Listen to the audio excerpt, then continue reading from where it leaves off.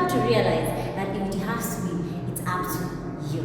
Thank you very much for joining us. This is Tuwasiliane Show. My name is Susan Gitari.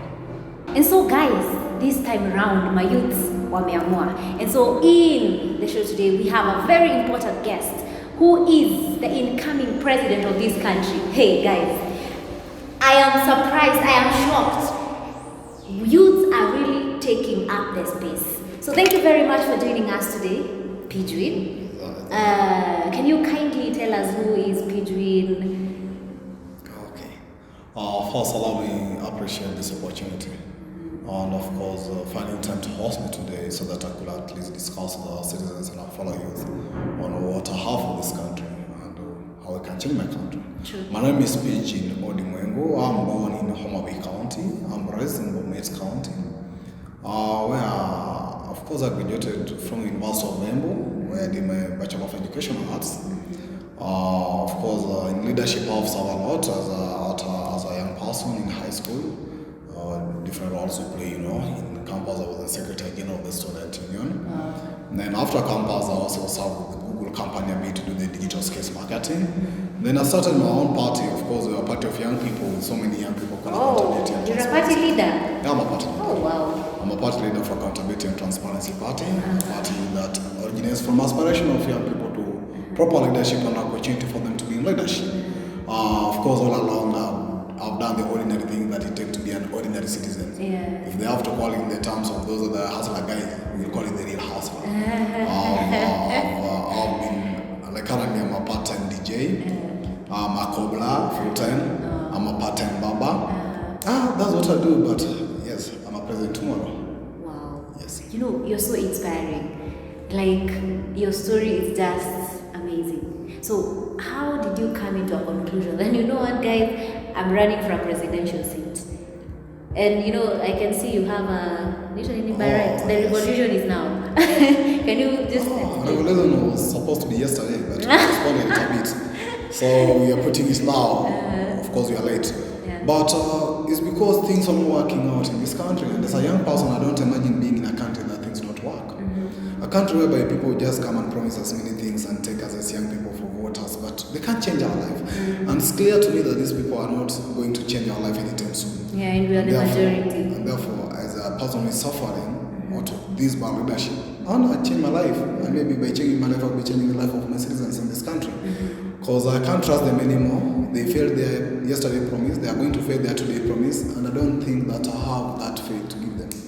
And I'm ready to come out and make whatever they have not made possible for the last many years possible. And that's why I'm going for it. Because I believe I can make whatever they've been singing. Yeah. And they want to make it. Yes. So, Pedrin, what can you say about the status quo of the country? Like these things to do with Kuna Hustler Nation, this dynasty. Like, what can you say about the whole thing? It is very clear that it's a revolution time and everybody is trying to fit into the revolution. But the revolution is by us and will be led by myself and alongside other few people. Wow. But they are trying to hijack our revolution. That's why they are pretending they are good 6,000 for young people. They are trying to be hustlers or they have their choppers, land and use their wheelbarrows. I think that we should not allow them to take us for a ride again. Because they've realized that indeed we are going for a revolution and is that they want to hijack and pretend that they're going to save us. There's no day our oppressors will be our savers. Yeah. So I'll say that we are ready for a revolution and young people and citizens of this country are ready for a revolution. And the best we want to do is a peaceful revolution that will be executed by ballot. And our weapon is our vote. Wow. Simple. Okay. And clear. Nice. So who do you look up to? Like, do you have someone who really inspires you? You have to inspire yourself. Yeah, so I inspire myself. There's a lot of things that sometimes I go through as a young person and you see pursuing this journey is very challenging. So sometimes I have to block my ears, just close my eyes and move along. Because if I have to open any of them, I will not move. So I get my own inspiration. I just empower myself. Sometimes I go to some Bible verses. I do pray a lot, and I believe that I might be the sent of God to save our country. So I believe we'll make it. But these people are not inspiring at all. Oh, really? Why do you think they are not inspiring? These people can lie yesterday and they forget they lied yesterday and they still want to lie today. They are not inspiring unless they inspire you if you want to be a liar again. Oh. But if you want to change, there's nothing good you can Oh, appreciate. guys, the show is hot. The show is hot, guys. Don't forget to subscribe to the YouTube channel as we continue to engage with Pedrin, the incoming president of this country. And so, Pedrin, can you tell us what are you willing to do? What is that thing that you feel this country needs and it has never been covered? What this country needs is what I need and what you need, and you know what you need and what I need, and that is you need better healthcare. You need better and quality education. You need good infrastructures, not the expressway here, but back at home there. You need system that can work. And what I'm offering citizens of this country is that I'm focusing on having a direct allocation from the national government to the counties, and not to the counties, to the ward. So my government will ensure that we allocate 100 million, a tune of 100 million and above, for education per year, per ward. Another 100 million for healthcare per year, per ward. Another 100 million for infrastructures and agriculture. If you have 100 million for education in your ward, how many schools can you set up? Yeah, maybe. How many kids can get bursary from that? Then if you do this for 5 years, what will be the face of that ward?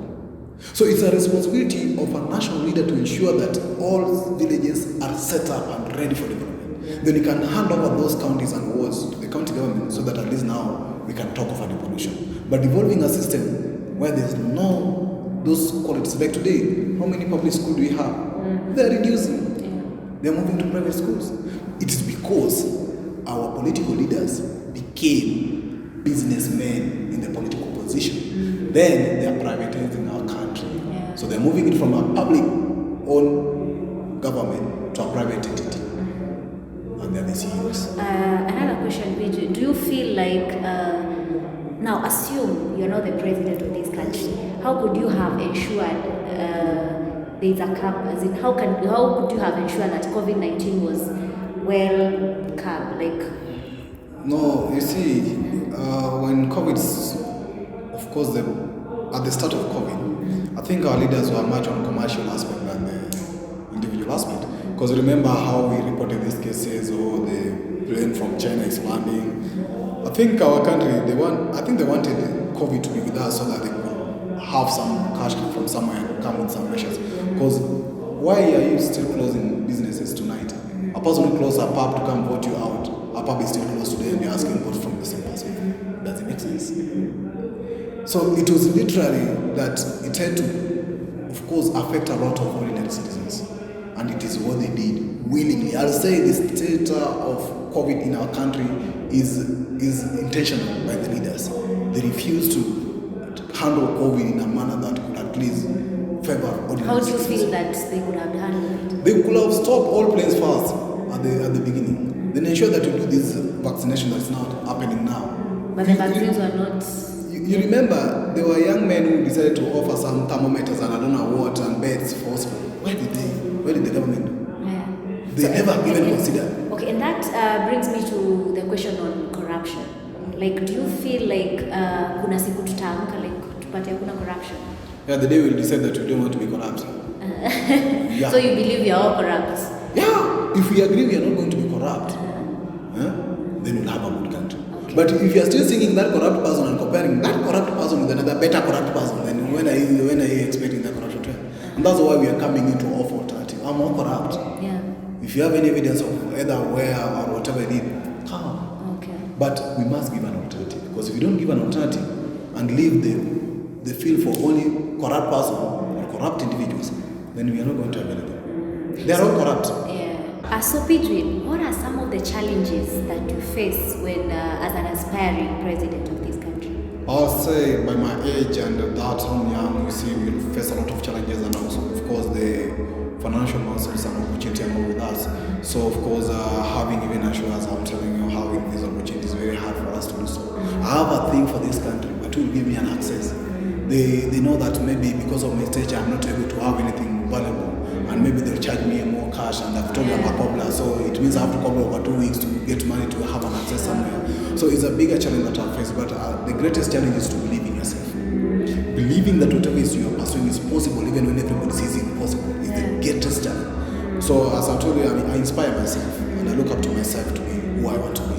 But I believe that to vote or be a president is not hard. It's a matter of young people who are dreaming that or deciding that they need to vote me in. They don't need to be vote. Sure. You can't buy all young people to vote you in. It's just them to believe that they can vote me in, and I know it's possible. Yes. Can you encourage a young person out there who is a bit reluctant of going for a elective position? I'll say that nobody will change your life. It's only you to change your life. So if you're still reluctant, still surviving, If it has to be, it's up to you. Yeah, so if you want to relax out there and be led with people who don't have ideas, who loot everything from you, continue enjoying that, but when you're ready, come out. Yes. Okay, thank you very much, Pedrin. Maybe you can share with us your social media platforms.